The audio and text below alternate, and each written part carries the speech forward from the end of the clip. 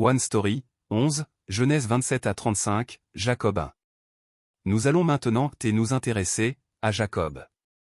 Comme Abraham est lié à Isaac, il est bon de comprendre le lien entre Jacob et Joseph. Si Abraham a été appelé par Dieu, au milieu de sa vie, Jacob par contre était un chrétien, au berceau de même que Isaac, mais il était différent d'Isaac, par son caractère mondain. Jacob avant son appel. Isaac s'est marié à l'âge de 40 ans, et a eu ses jumeaux Ésaü et Jacob à 60 ans. Il a prié Dieu, parce que sa femme, Rebecca, n'arrivait pas à concevoir, et Dieu l'a exaucé. Plus tard, ses fils se sont battus dans le ventre de leur mère.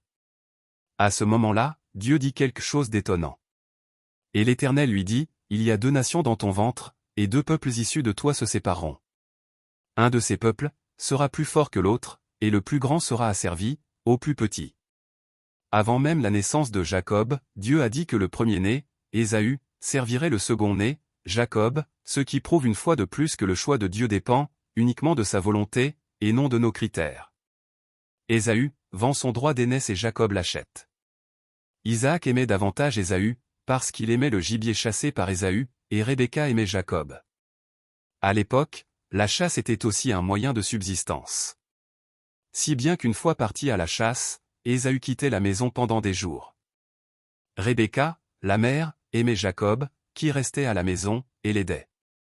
Un jour, Ésaü revint de la chasse, très fatigué, et affamé, et demanda le ragoût rouge que Jacob avait préparé. En tant que frère, Jacob aurait pu se contenter de partager le ragoût, mais Jacob n'a pas manqué cette occasion, et a exigé le droit d'aînesse de son frère aîné. Ésaü, qui est extrêmement fatigué, et affamé, vend son droit d'aînesse à Jacob, par négligence, en mangeant, et en buvant le pain et le ragoût rouge de Jacob. Ésaü a pris à la légère le droit d'aînesse qui à l'époque, se composait de droits, et de devoirs à savoir, le droit d'hériter, 2 fois plus de l'héritage de son père, et le devoir de prendre soin de ses parents. Il vivait à sa guise et épousa les filles des Hittites à l'âge de 40 ans, ce qui fut sujet d'inquiétude pour Isaac et Rebecca. Ésaü avait le pouvoir de faire tout ce qu'il voulait, il n'avait donc pas besoin du droit d'aînesse. Mais Jacob voulait le droit d'aînesse, même s'il était nominal. En effet, si l'on met de côté le droit et le devoir, le nom du fils aîné incluait également la bénédiction de Dieu. Cette méthode n'était pas correcte, parce qu'il n'avait pas encore rencontré Dieu, mais Jacob s'attendait quand même à recevoir de Dieu. Bien sûr, lorsque le peuple de Dieu, comme Jacob, attend quelque chose de Dieu, sans s'intéresser aux désirs de Dieu. C'est mauvais, mais c'est encore plus mauvais de ne pas se soucier de Dieu, et de ne pas le reconnaître, comme l'a fait Ésaü. La Bible dit qu'Ésaü a agi en vain. La bénédiction d'Isaac. Le temps passant, Isaac devint aveugle, et pensa que le jour de la mort était proche.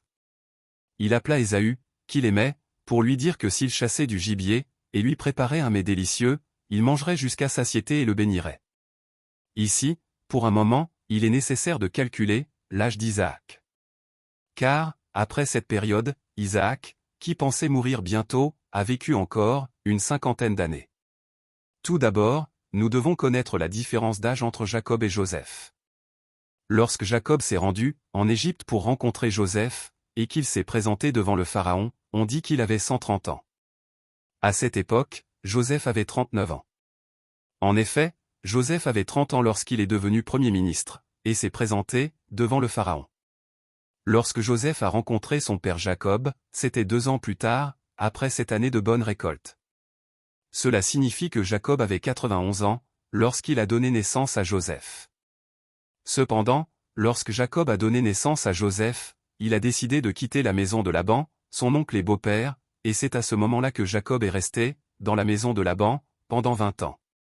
Donc, moins 20 ans à partir de 91, cela fera 71 ans, donc Jacob avait 71 ans lorsqu'il quitta son père Isaac, et sa mère Rebecca. Et comme Isaac a eu Ésaü, et Jacob à l'âge de 60 ans, lorsqu'Isaac dit à son fils Ésaü: « Je suis maintenant âgé, et je ne connais pas le jour de ma mort. Prends donc tes armes, ton carquois et ton arc, va dans les champs chasser du gibier pour moi. Prépare-moi un plat comme je les aime, et apporte-le-moi à manger, afin que je te bénisse, avant de mourir. » Il a 131 ans. Pourtant, Isaac vécut 180 ans. Il expira et mourut. La vie est une chose que nous ne connaissons pas vraiment. Rebecca, la femme d'Isaac et mère de Jacob, qui aimait Jacob plus qu'Ésaü, entend parler de la bénédiction d'Isaac sur son fils aîné, Ésaü, et prévoit avec Jacob qu'il recevra la bénédiction de son père. Jacob a d'abord dit: Mon frère Ésaü est velu, tandis que moi, je n'ai pas de poil. Peut-être mon père me touchera-t-il, et je passerai à ses yeux pour un menteur. J'attirerai alors sur moi la malédiction, et non la bénédiction, mais Jacob, qui a déjà été avide du droit d'aînesse qui n'a aucune utilité pour l'instant, se joint à sa mère pour recevoir la bénédiction de son père. Jacob, qui a préparé les mets délicats que son père Isaac exige d'Ésaü, se rend chez Isaac et ne cesse de mentir, devant Isaac et Dieu. Il vint vers son père et dit: Mon père. Isaac dit: Me voici. Lequel de mes fils es-tu? Jacob répondit à son père: Je suis ton fils aîné Ésaü. Je me suis conformé à tes instructions. Lève-toi donc, installe-toi, et mange de mon gibier, afin de me bénir. Jacob n'est ni le premier-né, ni Ésaü. Deuxièmement, Jacob dit à Isaac: Je me suis conformé à tes instructions. Isaac n'a jamais donné d'ordre à Jacob, et Jacob n'a pas fait ce qu'Isaac lui a ordonné. Troisièmement, Jacob dit à Isaac de manger le gibier qu'il a chassé. Il s'agit également du troupeau de chèvres, et non de viande chassée. Mais, comme s'il sentait qu'il y avait quelque chose d'étrange, Isaac dit à son fils: Comment cela? Tu en as vite trouvé, mon fils. Jacob répondit: C'est que l'Éternel, ton Dieu, l'a fait venir devant moi, mentant à son père en utilisant le nom de Dieu. Parce qu'il ne connaît pas Dieu à travers son appel, Jacob ne reconnaît pas Dieu, dans ses paroles, ou dans sa vie. Il n'a qu'un seul but. Il veut la bénédiction du monde, par tous les moyens, et toutes les méthodes. Il aurait pu suffire de le bénir, mais Isaac a senti que quelque chose était étrange et a dit. Isaac dit à Jacob: Approche-toi donc, que je te touche, mon fils, pour savoir si tu es mon fils Ésaü, ou non. Isaac touche Jacob, qui s'est déjà couvert les mains et le cou, d'une peau de chèvre. Il dit: Jacob s'approcha de son père Isaac qui le toucha et dit. La voix est celle de Jacob, mais les mains sont celles d'Ésaü. Il demande même directement. Est-ce bien toi, mon fils Ésaü? Isaac est aussi Isaac, Jacob a aussi un cœur fort. Si Jacob était un peu plus conscient de Dieu, et craignait Dieu, il se serait confessé honnêtement, lorsque la situation en est arrivée, à ce point, mais Jacob va jusqu'au bout. Jacob répondit: C'est moi. Il est vraiment difficile de changer un mensonge une fois qu'il a commencé. Finalement, Isaac bénit Jacob, et non Ésaü. Jacob a gagné. Non, Jacob aurait pensé qu'il avait enfin gagné. Parce qu'il a enfin obtenu ce qu'il voulait. Mais nous le savons déjà. Si nous ne le savions pas, nous devons le savoir. Tout d'abord, Isaac n'a pas béni Jacob. Même si la bénédiction a été placée sur le corps de Jacob, le fils représenté dans le cœur d'Isaac était clairement Ésaü. Deuxièmement, même si Jacob a reçu la bénédiction d'Isaac, et que la bénédiction est celle de Jacob, la personne qui donne la bénédiction n'est pas vraiment Isaac. Les gens peuvent bénir, mais seul Dieu peut donner la bénédiction. Jacob peut tromper son père, un homme, Dieu a tout entendu, tout vu et tout connu. C'est la folie de Jacob, qui n'a pas encore rencontré Dieu. La prière d'Isaac à Jacob montre clairement que la bénédiction d'Isaac ne deviendra pas la bénédiction de Jacob. Que des peuples te soient asservis, et que des nations se prosternent devant toi. Sois le maître de tes frères, et que les fils de ta mère se prosternent devant toi. Maudits soient tous ceux qui te maudiront et bénis soient tous ceux qui te béniront. Isaac a dit. Sois le maître de tes frères, et que les fils de ta mère se prosternent devant toi. Mais Jacob n'a pas de frère ni de fils de mère et n'a qu'un seul frère, Ésaü. C'est la prière qui sera finalement adressée à Joseph, qui est lié à Jacob. Jacob a été béni par son père de chair, Isaac, mais il n'a pas pu recevoir la bénédiction de son Père céleste. Et à cause de cette bénédiction, au lieu de la bénédiction qu'il espérait, il a créé une vengeance de la part de son frère. Ésaü dit qu'il est presque temps que son père Isaac meure, et qu'il tuera Jacob une fois qu'Isaac sera mort. Sa vie n'est pas encore un récipient prêt à recevoir la bénédiction de Dieu, mais s'attendre à ce que tout prospère après avoir reçu la bénédiction des paroles humaines, est également un péché. Ésaü dit maintenant que son père va bientôt mourir, et qu'une fois son père mort, il tuera son frère Jacob, mais Dieu a laissé Isaac vivre 50 ans de plus, pour le bien de Jacob. Rebecca, qui ne pouvait pas perdre 2 fils en un jour, envoya Jacob chez son frère Laban pour quelque temps. Pendant un moment, Jacob pensa que ce ne serait que pour un moment, mais à cause de la bénédiction que Jacob désirait ardemment, il dut quitter sa mère, qu'il aimait tant, et il ne pourrait pas non plus voir son père pendant 20 ans. La mère de Jacob, Rebecca, qui a conduit cette bénédiction insensée, n'apparaît plus dans la Bible. La bénédiction de Dieu n'est jamais comme cela.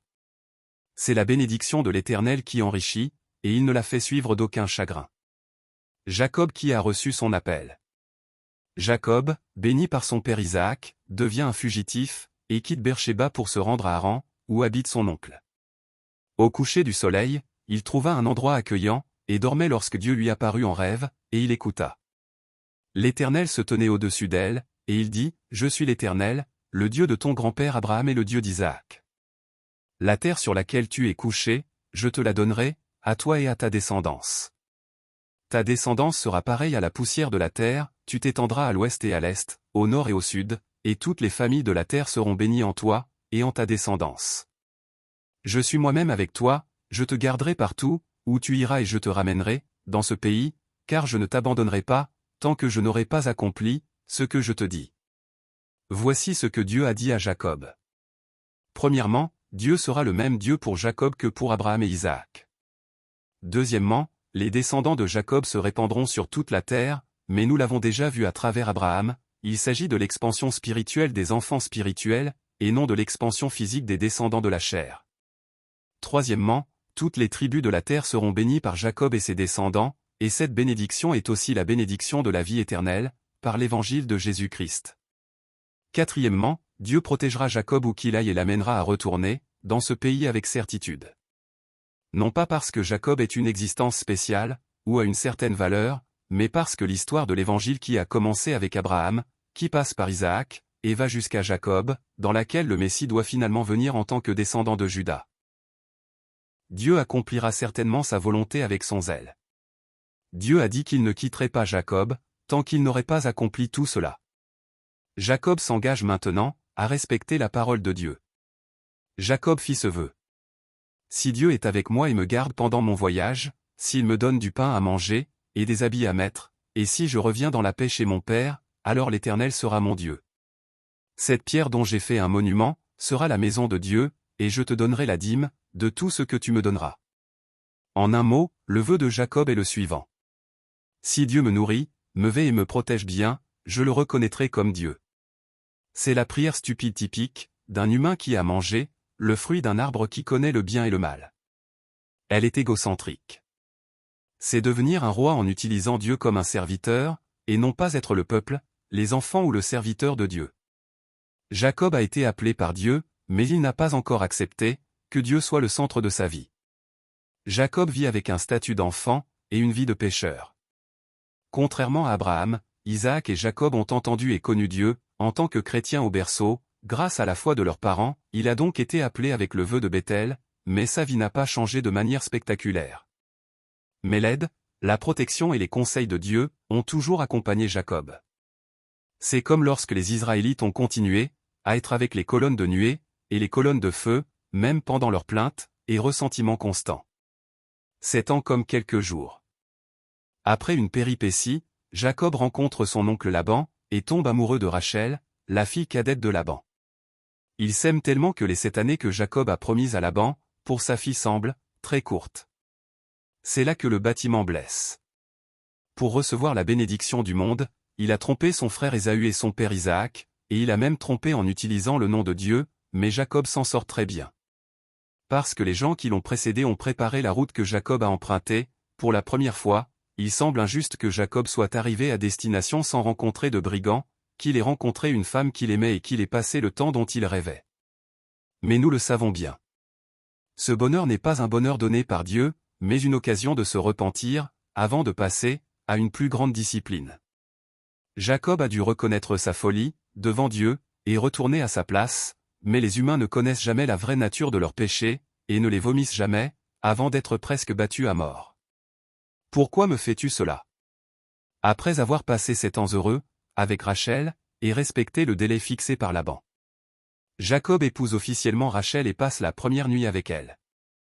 Mais au matin, la femme qui a passé la nuit est Léa, la sœur de Rachel, et non Rachel. Jacob a été trompé par son oncle, et maintenant par son beau-père Laban, qui avait une longueur d'avance sur Jacob. Laban trompe Jacob, et marie Léa, qui a une mauvaise vue, et n'est pas facile à marier.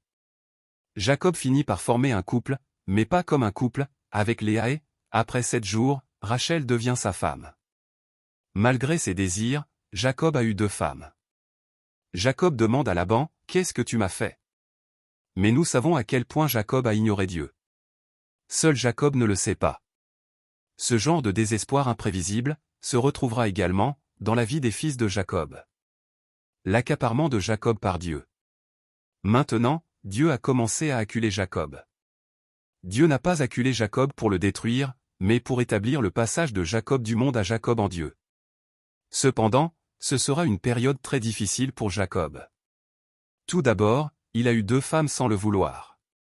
Mais Rachel, qu'il aimait, n'a pas pu avoir d'enfant, et seule Léa a donné naissance à 4 fils, Ruben, Siméon, Lévi et Juda. Rachel, qui assistait à cette scène, a souffert, mais Léa, qui a donné des fils à Jacob mais n'a pas pu recevoir son amour, a également souffert. Les noms de ses fils révèlent que Léa n'a pas été aimée par Jacob. Et entre les deux, Jacob ne peut être paisible ou à l'aise. Deuxièmement, Rachel, qui ne pouvait pas avoir un seul enfant, alors que sa sœur avait 4 fils, trouve une solution mondaine à son problème, en obligeant Jacob à coucher avec son esclave Bila, comme l'avait fait Sarah. Jacob est d'abord en colère, mais il n'est pas un mari qui peut battre sa femme, et il fait donc ce que Rachel lui dit. Adam l'a fait, Abraham l'a fait, et Jacob n'a pas fait exception. Jacob a eu 2 fils, Dan et Nephtali, par l'intermédiaire de Bila, la servante de Rachel. Il a eu 3 femmes qui n'étaient pas vraiment ses femmes. Sa sœur Léa ne voulait pas perdre. En faisant coucher son esclave Zilpa avec Jacob. Zilpa donna naissance à 2 fils, Gad et Asher. Et il y a maintenant 4 femmes, qui ne sont pas vraiment ses femmes. Il y a Léa qui n'est pas aimée de Jacob bien qu'elle lui ait donné 4 fils, et il y a Rachel que Jacob aime de tout son cœur. Il y a aussi Bila et Zilpa, 2 esclaves qui lui ont donné 2 fils chacune. La tension qu'elles auraient eue, entre elles, et la concurrence invisible entre les 8 fils, aurait rendu la vie de Jacob très difficile. Il aurait dû s'en rendre compte à présent. Il n'est pas encore trop tard. Nous parlons de Dieu qui l'accule. Cependant, tous les humains pécheurs, sans exception, iront toujours jusqu'au bout. Finalement, 2 fils, Issachar et Zabulon, et leur fille unique, Dina, naissent de Léa, qui pensait que son accouchement s'était arrêté. Dieu n'a ouvert le ventre de Rachel qu'après la fin de la guerre pour recevoir plus d'amour de Jacob en donnant naissance à plus de fils. Rachel eut donc un fils, qui s'appelait Joseph. Finalement, après avoir passé 7 ans heureux et 13 ans sans un seul jour de paix dans une guerre qui n'est pas une vraie guerre, Jacob dit à Laban, « Laisse-moi partir pour que j'aille chez moi, dans mon pays. » Mais Laban tente de retenir Jacob, qui travaille, bien et sincèrement, et qui est déjà attaché à ses filles. Dieu ramènera Jacob, qui a reçu l'appel de Dieu mais qui se met encore, au centre de son monde, faisant tout pour la bénédiction du monde, à Bethel, là où il a été appelé. Dieu le ramènera à cet endroit, quoi qu'il arrive. Le zèle de Dieu s'est révélé à travers la vie de Jacob, et l'histoire de la vie de Jacob retournant du monde vers Dieu, grâce au zèle de Dieu, se poursuivra.